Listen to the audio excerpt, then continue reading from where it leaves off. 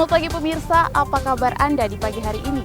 Senang sekali saya Graciela Taime dapat menjumpai Anda dalam Berita Papua. Sejumlah berita menarik dan teraktual telah berhasil dirangkum tim redaksi kami. Berikut 3 berita utamanya hari ini.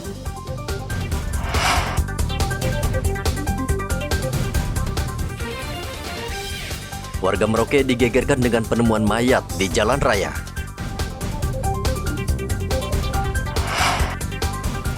Kapal berbendera Belanda dengan penumpang 3 orang hilang di perairan Sorong.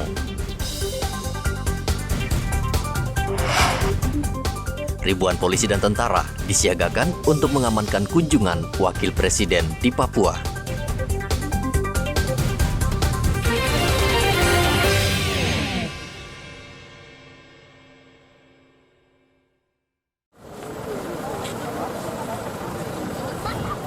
Warga di kawasan Kampung Pertanian Mopah Lama Merauke, Papua Selatan digegerkan dengan sosok mayat yang ditemukan tergeletak di jalan dengan tubuh penuh sejumlah luka.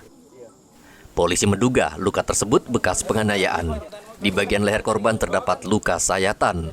Selain di leher juga ditemukan luka bekas benda tajam di sekujur tubuh, bahkan salah satu jari korban ditemukan terputus. Di lokasi juga ditemukan sejumlah barang bukti antara lain potongan kayu yang cukup banyak yang diduga untuk menghabisi nyawa korban. Apa Pak laporan warga yang diterima oleh SPKT Polres Pak? Jam 8 tadi. Seperti apa Pak? Di telepon kami angkat yang melapor atas nama Pak Ruben bahwa di depan kapal, depan Wisma Atlet itu ada kejadian, potong kayunya sudah ada korban. Langsung kami dari SPKT dan penjagaan menuju TKP, ternyata ditemukan korban sudah meninggal dunia. Gitu. Jadi ini istilahnya penganiayaan atau perkelahian nih Pak ya? Perkelahian. Saksi melihat ada beberapa orang terlibat perkelahian tidak seimbang antara pelaku dan korban dengan menggunakan senjata tajam. Itu 16. Pak RT tadi jam berapa Pak RT dapat lihat ini? Saya belum tahu. Oh begitu. Ya, Tapi Pak RT tahu kejadian dari mana? Dari warga? Dari warga Pak RT tadi? Dari warga. Tadi saya datang itu polisi sudah di sini, sudah ada lagi pemeriksaan. Iya. Saya juga kaget kenapa orang kumpul-kumpul di sini rame-rame. Identitas korban belum diketahui karena di lokasi tidak ditemukan KTP maupun tanda pengenal lain. Jasad korban saat ini berada di RSUD Merauke. Muhammad Ridwan melaporkan dari Merauke, Papua Selatan.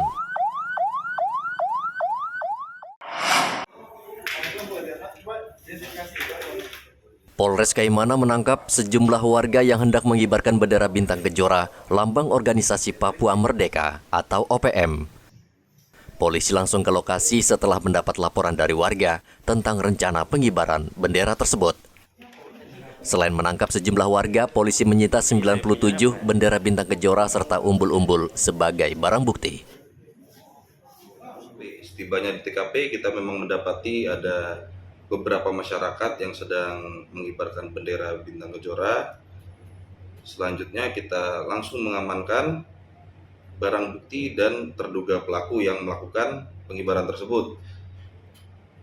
Adapun BB yang sudah kita amankan sebanyak 97 buah bendera bintang kejora, 3 buah bendera Uni Eropa, 1 buah bendera Amerika Serikat, 2 buah bendera Selandia Baru, dan 6 buah umbul-umbul dengan gambar bintang kejora juga. Untuk tindakan yang sudah kita lakukan sekarang, kita sudah melengkapi administrasi termasuk laporan polisi, SP gas dan lain-lain. Kita juga sudah melakukan pemeriksaan kepada terduga pelaku. Kita mengamankan BB dan selanjutnya kita sementara mencari saksi-saksi tambahan untuk melengkapi penyidikan kita. Untuk tindak lanjutnya kita akan melengkapi administrasi seperti yang sudah saya sampaikan sebelumnya, memeriksa saksi. Selanjutnya kita akan berkoordinasi dengan kejaksaan terkait tindak pidana yang sedang kita tangani.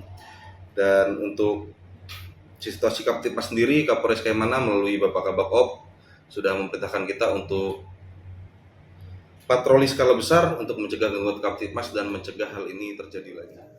1 Desember kerap diperingati sebagai Hari Kemerdekaan Papua oleh OPM atau warga yang mendukung Papua lepas dari NKRI. Mereka kerap mengibarkan bendera bintang kejora sebagai simbol perjuangan kemerdekaan Papua. Para pengibar bintang kejora bisa dikenakan pasal makar dalam KUH pidana dengan ancaman hukuman seumur hidup karena berencana menggulingkan pemerintahan yang sah. Topan melaporkan dari Kaimana, Papua Barat.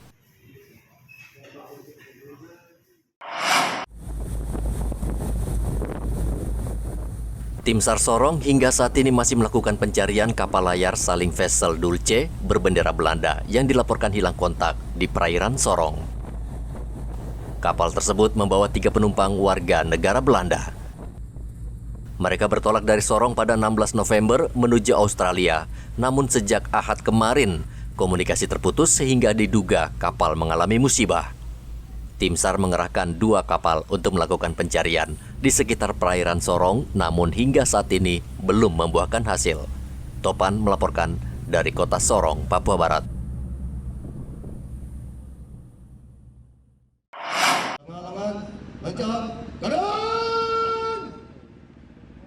3.000 personel gabungan TNI Polri disiagakan di sejumlah titik di Jayapura untuk mengamankan kunjungan kerja Wakil Presiden Ma'ruf Amin yang dijadwalkan tiba hari Selasa ini. Di Jayapura, Wapres rencananya akan meresmikan gedung kantor Badan Pengarah Percepatan Pembangunan Otonomi Khusus Papua, serta melakukan pertemuan dengan pejabat pemerintah daerah Papua dan mengunjungi salah satu PAUD. Dan Rem 172 Prajawira Yakti Brigjen Jo Sembiring memerintahkan seluruh personel TNI mengantisipasi pergerakan warga yang ingin menghambat kelancaran kegiatan kunjungan Wapres. Sembiring mengatakan TNI akan bekerja sama dengan tokoh agama dan tokoh masyarakat di kota Jayapura dan Kabupaten Jayapura untuk bersama-sama mengamankan kunjungan Wapres ke tanah Papua. Sudah cek tadi kesiapannya, yang pasti kembali kita berkolaborasi baik unsur TNI, Polri, unsur Pemda, tokoh-tokoh masyarakat ini untuk mendukung kelancaran kunjungan dari simbol negara kita yaitu Bapak Wakil Presiden yang rencananya besok akan tiba. Ada berapa banyak personil Pak yang? Ada 3.000 orang yang kita sekitar turunkan. 3.000 ini. Pada intinya saya berharap kepada tokoh-tokoh agama, tokoh masyarakat dan semua warga yang ada di kota Jayapura, kabupaten khususnya, untuk nantinya bersinergi kita semua menunjukkan bahwa kota ini penuh keramahan, kota ini penuh kedamaian, karena setiap kunjungan VVIP pasti akan ada efek domino manfaat bagi masyarakat setempat nanti. Untuk mendukung kelancaran kunjungan dari simbol negara kita yaitu Bapak Wakil Presiden yang rencananya besok akan tiba. Ada berapa banyak personil Pak yang? Ada 3.000 orang yang kita sekitar turunkan. 3.000 ini. Pada intinya saya berharap kepada tokoh-tokoh agama, tokoh masyarakat, dan semua warga yang ada di kota Jayapura, kabupaten khususnya, untuk nantinya bersinergi kita semua, menunjukkan bahwa kota ini penuh keramahan, kota ini penuh kedamaian, karena setiap kunjungan VVIP pasti akan ada efek domino manfaat bagi masyarakat setempat. Sembiring berharap warga Jayapura bisa memberikan contoh yang baik bagi daerah lain.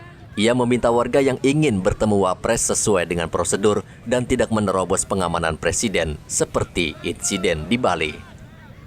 TNI dan Polri juga menyiagakan 1.300 pasukan untuk mengamankan kunjungan Wapres ke Merauke. Pasukan akan ditempatkan di sejumlah tempat seperti kawasan Bandara Mopah Merauke, penginapan dan tempat kegiatan Wapres. Wapres dijadwalkan berada di Merauke, Papua Selatan selama 2 hari. Dan salah satu agenda Wapres adalah bertemu dan berdialog dengan sejumlah petani. 1.100 personil TNI, Polri, ada TNI Angkatan Darat, Laut, Udara, Kepolisian, dari Brimob, kemudian Pemda juga. Di Merauke. Terbagi berapa sektor mungkin nanti?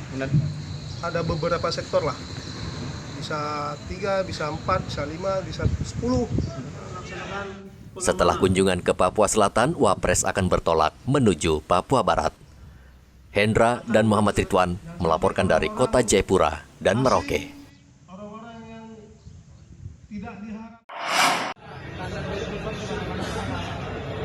Piala Dunia 2022 yang berlangsung hampir sebulan lamanya tidak hanya membawa berkah bagi pengelola tempat hiburan malam atau pengelola kafe, namun juga penjual kopi yang biasa mangkal di Jalan Mandala, Merauke.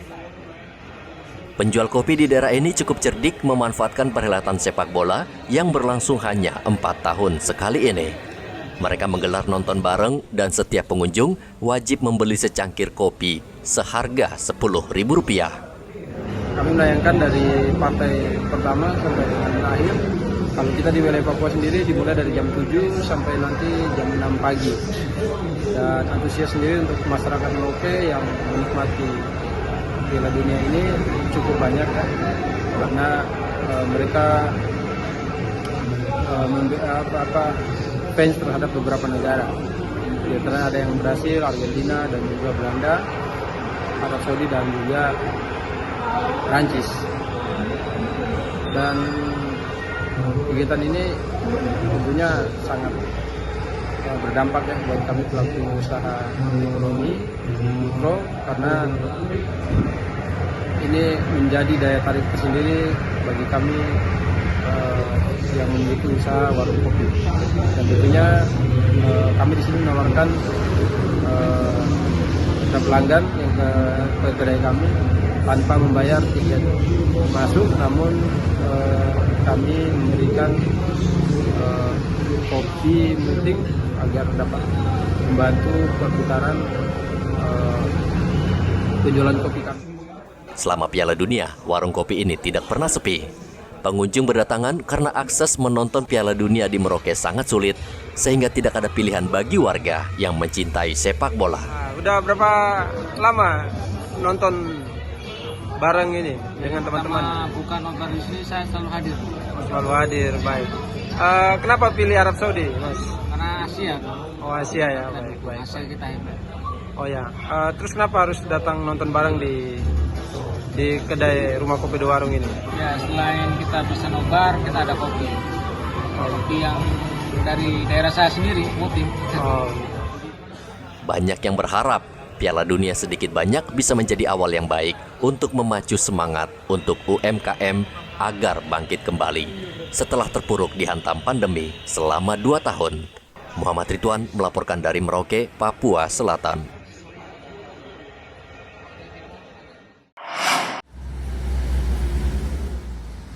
Berbisnis buah-buahan merupakan bisnis yang cukup menggiurkan di Timika. Hal ini terlihat dari maraknya penjual buah di Jalan Hasanuddin.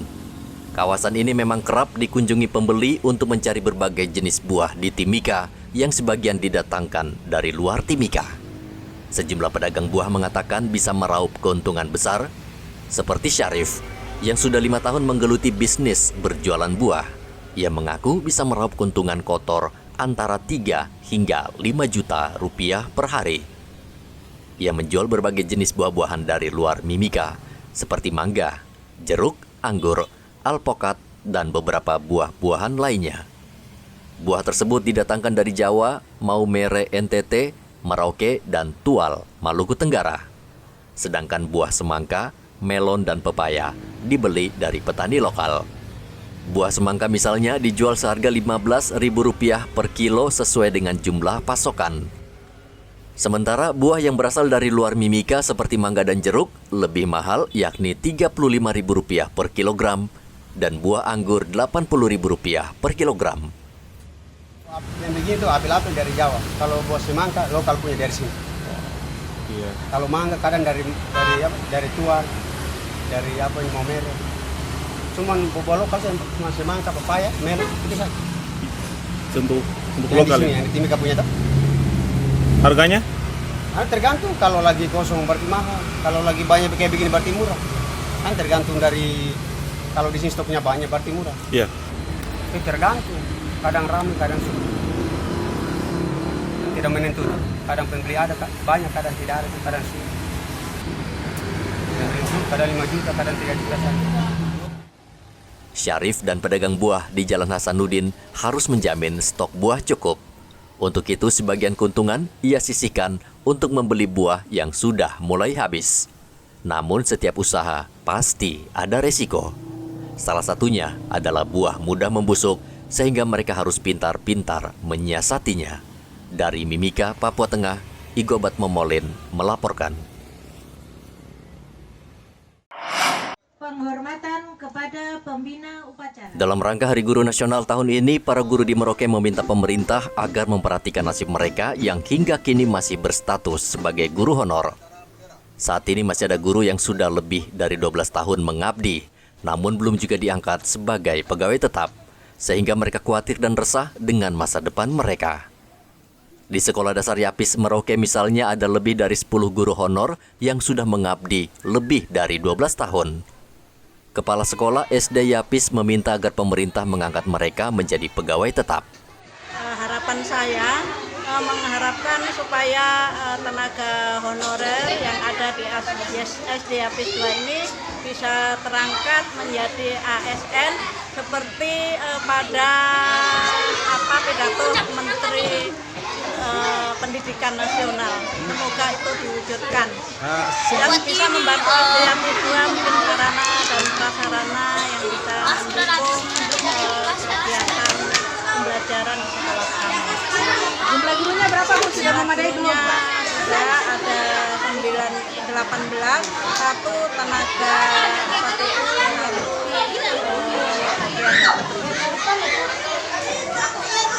jadi semua 20. Yang honor berapa Bu? Yang honor? Yang honor tenaga TU dan tenaga planning service 10. 10 ya? Itu rata-rata udah bekerja berapa lama Bu? Ada yang 12 tahun dan ada yang sudah terangkat, jadi ada yang baru. Tahun ada yang baru. Peran guru honor sangat strategis dan penting dalam membangun pendidikan di tanah Papua, khususnya wilayah selatan Papua, karena keterbatasan tenaga guru. Mereka tersebar di hampir seluruh kawasan terpencil di Merauke, Papua Selatan. Mereka mengabdi tanpa mengenal lelah, terkadang dengan mempertaruhkan nyawa. Muhammad Ridwan melaporkan dari Merauke, Papua Selatan.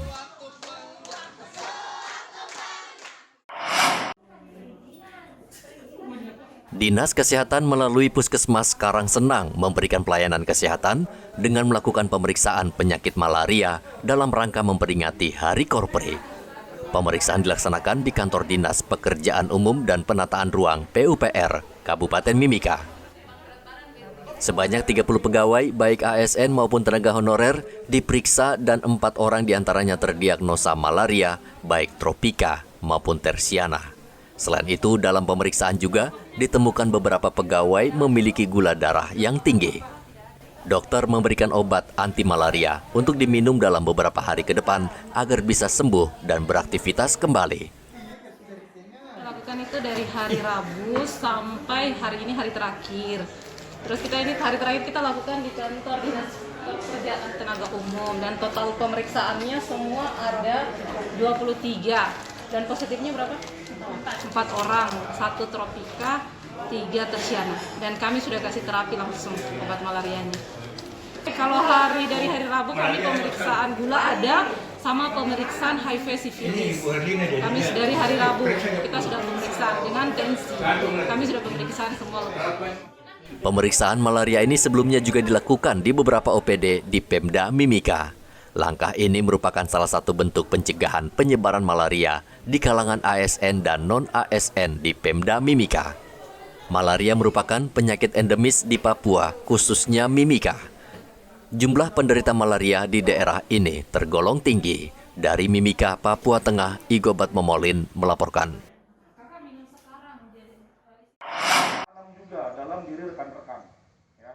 Sejumlah anggota Polres Merauke terdeteksi mengidap HIV.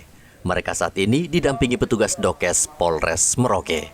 Mereka harus beristirahat dan akan menjalani pengobatan termasuk pengurangan aktivitas agar lebih fokus dalam pengobatan. Diawali daripada penggunaan narkoba, kemudian miras, kemudian pergaulan bagi anggota personil khususnya. Saya minta betul-betul diawasin dalam pelaksanaan tugas. Baik itu yang melaksanakan tugas, ataupun juga istirahat, ataupun juga lepas dinas, seperti itu. Itu tetap terpantau.